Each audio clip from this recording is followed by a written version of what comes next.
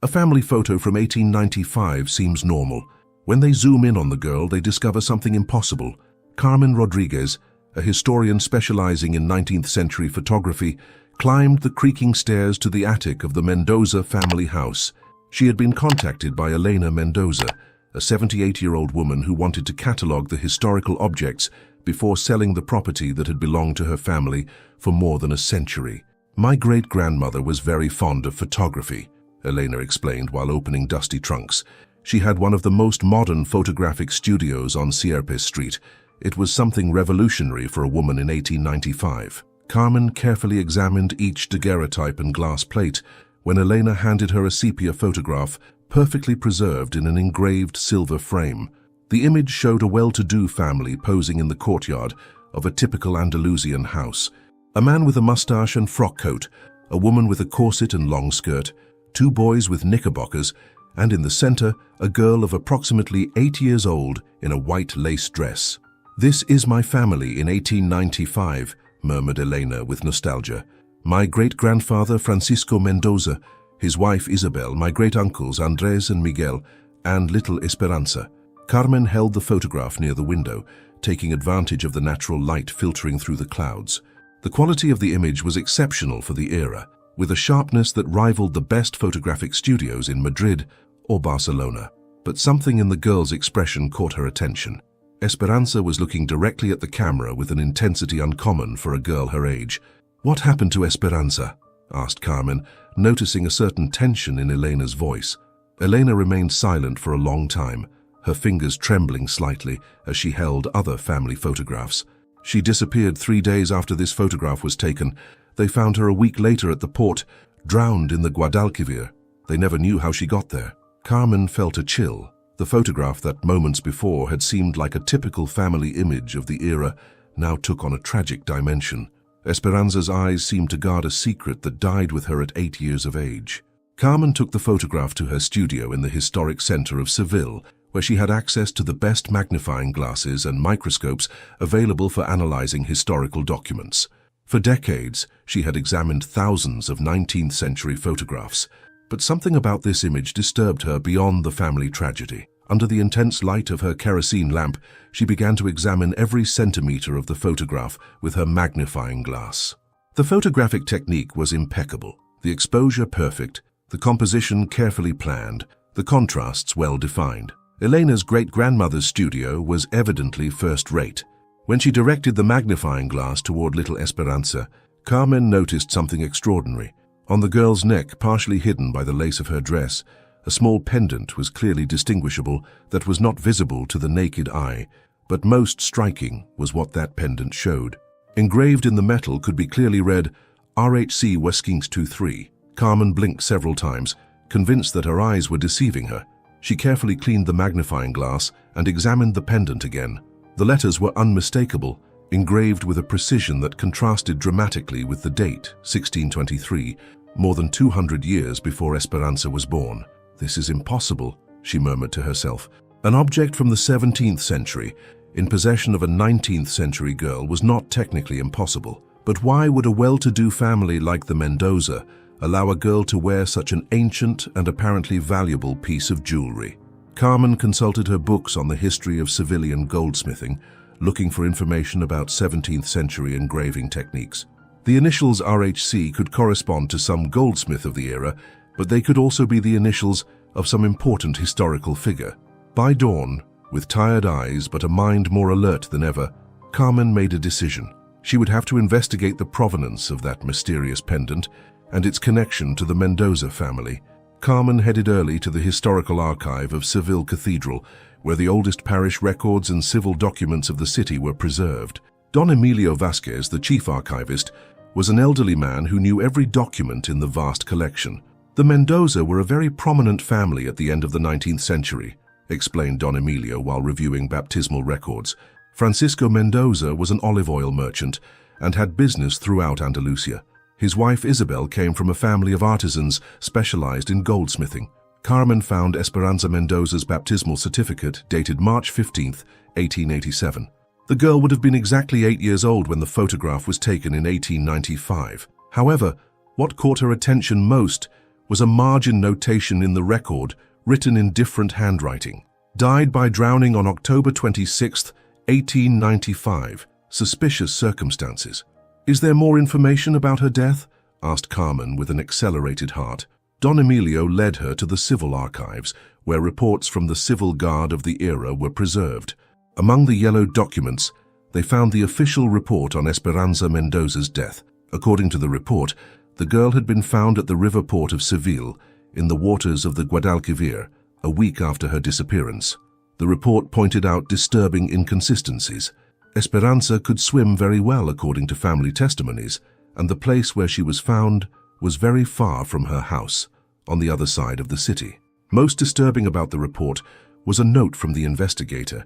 The girl was carrying in her right hand a gold pendant with the initials RHC and the date 1623. The family claims not to know the provenance of said jewel. Carmen felt her blood freeze. It was the same pendant she had seen in the photograph hidden among the lace of Esperanza's dress. The girl had carried it with her until the moment of her death. Carmen needed more information about the daily life of the Mendoza family before the tragedy. Don Emilio suggested she visit Doña Remedios Herrera, an 89-year-old woman who lived in the same neighborhood where the Mendoza house had been and whose family had been their neighbors for decades. She found her in a small house near the Plaza de San Lorenzo, knitting by the window overlooking the interior courtyard. Her eyes, though tired with age, shone with lucidity when Carmen showed her the photograph. "Dear God," exclaimed Doña Remedios upon seeing the image. "It's little Esperanza. My grandmother told me the story when I was a child. She said that child had changed a lot in the weeks before she died." Carmen leaned forward, anxious to hear more details. "My grandmother worked as a seamstress for Doña Isabel, Esperanza's mother," continued the elderly woman. "She went to the Mendoza house every week to mend the family's clothes. She said the girl had begun asking strange questions about the history of the house." Doña Remedios paused to take a sip of chamomile tea. Esperanza constantly asked about who had lived in that house before her family. She wanted to know about the former owners, about objects that might have been left hidden. "My grandmother thought the girl had found something in some corner of the house, something that had her obsessed." Carmen felt her heart racing. "Did your grandmother mention what kind of object?" "She spoke of the girl always carrying something hidden around her neck under her dresses. When my grandmother asked her what it was, Esperanza would only say it was a very important secret and that someday everyone would know." The old woman's words confirmed Carmen's suspicions. Esperanza had found the pendant RHC 1623 somewhere in the family house, and that centuries-old jewel had awakened her curiosity about the former inhabitants of the property. Carmen decided to investigate the photographic studio that had belonged to Elena's great-grandmother. According to municipal records, the studio had been located at number 47 Sierpes Street, in the commercial heart of Seville. The building still existed, although it had been converted into a hat shop. Carmen spoke with the current owner, who allowed her access to the basement, where some abandoned objects from previous tenants were preserved. Among the dust and cobwebs, she found several old photographic equipment, a glass plate camera, wooden tripods, and most importantly, dozens of undeveloped photographic plates carefully wrapped in black paper. Carmen took the plates to a specialist in developing historical photographs, Don Alberto Jimenez, who had a laboratory adapted to work with 19th century techniques. "These plates are in excellent condition," commented Don Alberto while preparing the necessary chemicals. "The development process will be delicate, but we should be able to recover the images." During the following hours, they watched as images gradually appeared on the plates. Most showed typical family portraits of the era: prosperous merchants, ladies of civilian society, children dressed for special occasions. But one of the developed plates gave them a shock. The image showed the interior of an old house, probably from the 16th century, with furniture and decorations from that era. In the center of the room was a table with various objects, documents, jewelry, and prominently placed a pendant identical to the one Esperanza wore in the family photograph. "This is extraordinary," murmured Don Alberto. "This plate seems to have been taken as an inventory of an old house.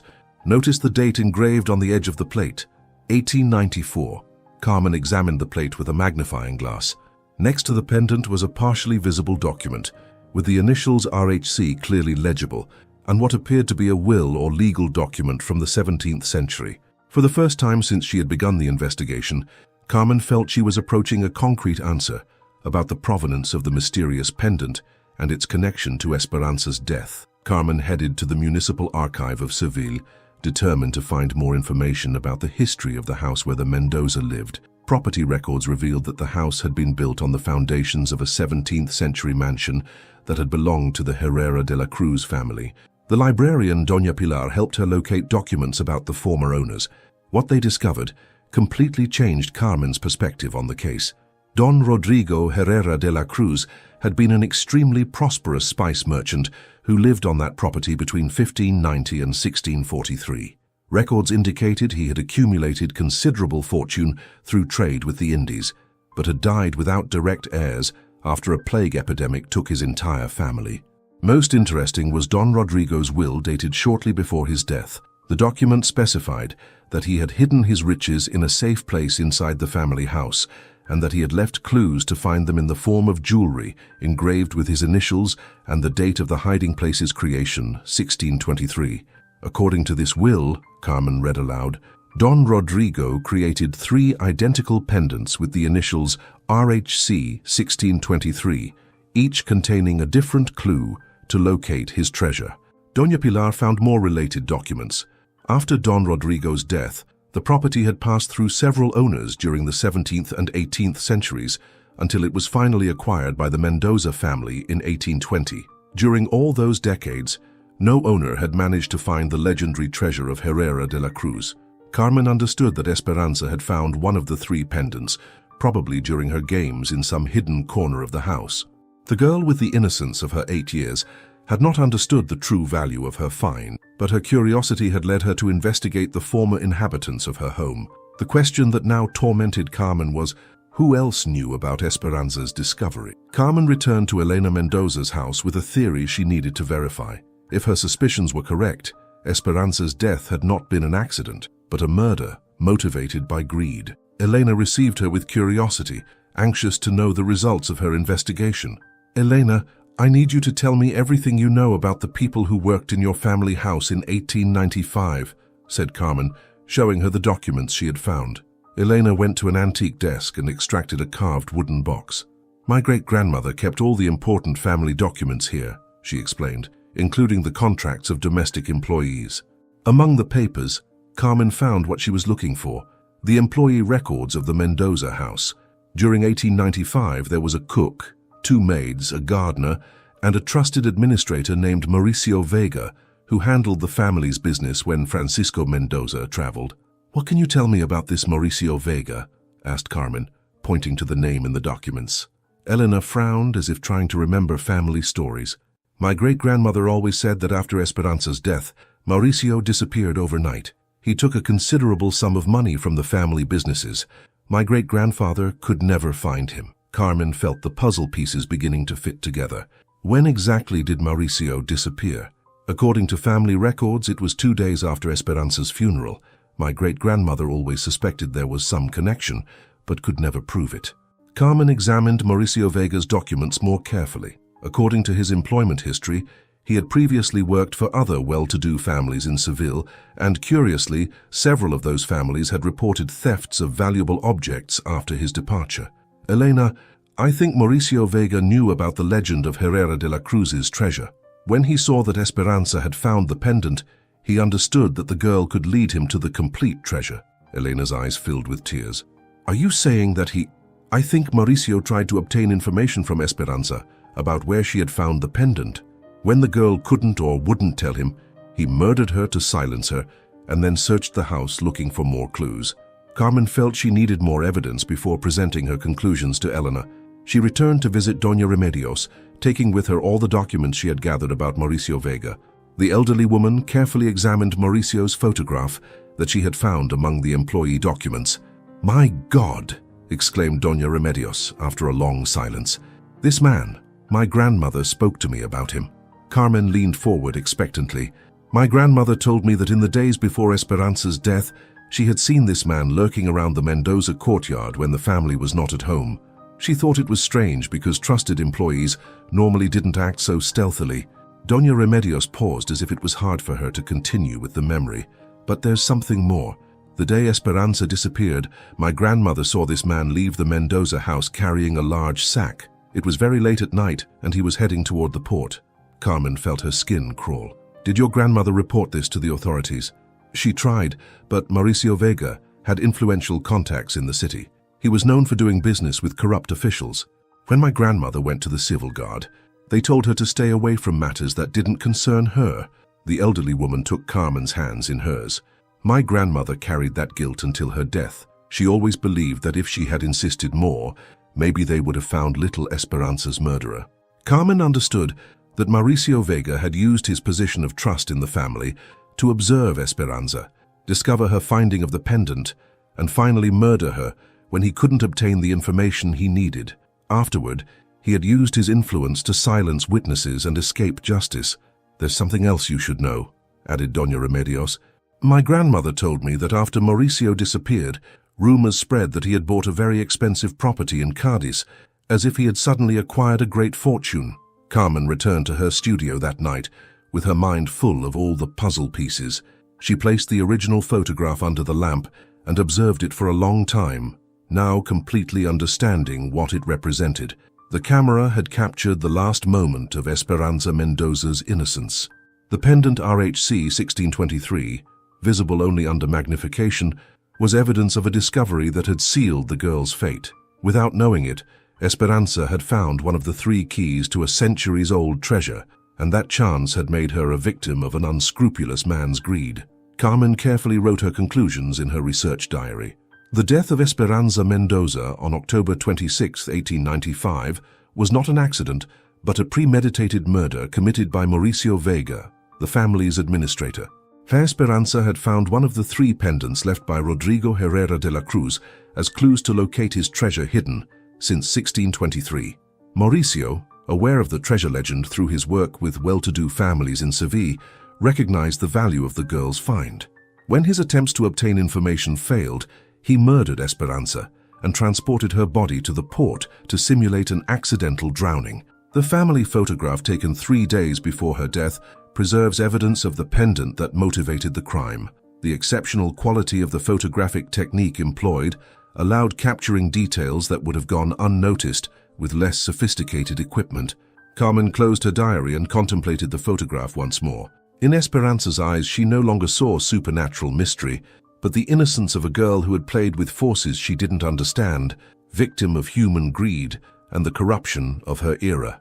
The photograph had preserved for posterity not only the image of a prosperous 19th century family, but also the silent evidence of an injustice that had remained hidden for more than a century.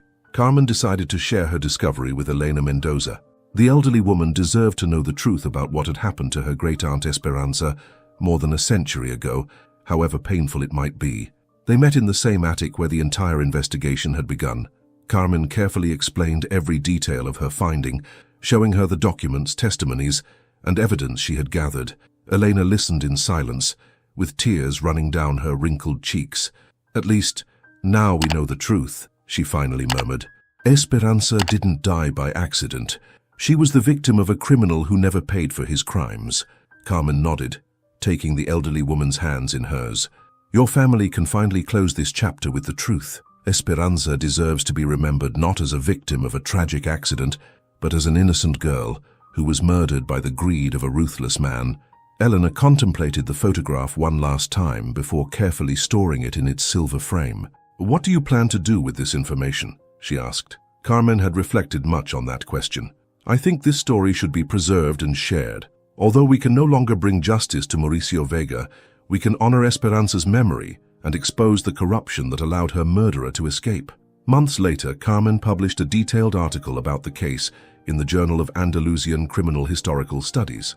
The article not only revealed the truth about Esperanza Mendoza's death, but also exposed the corruption networks that existed in 19th century Seville, allowing influential criminals to escape justice.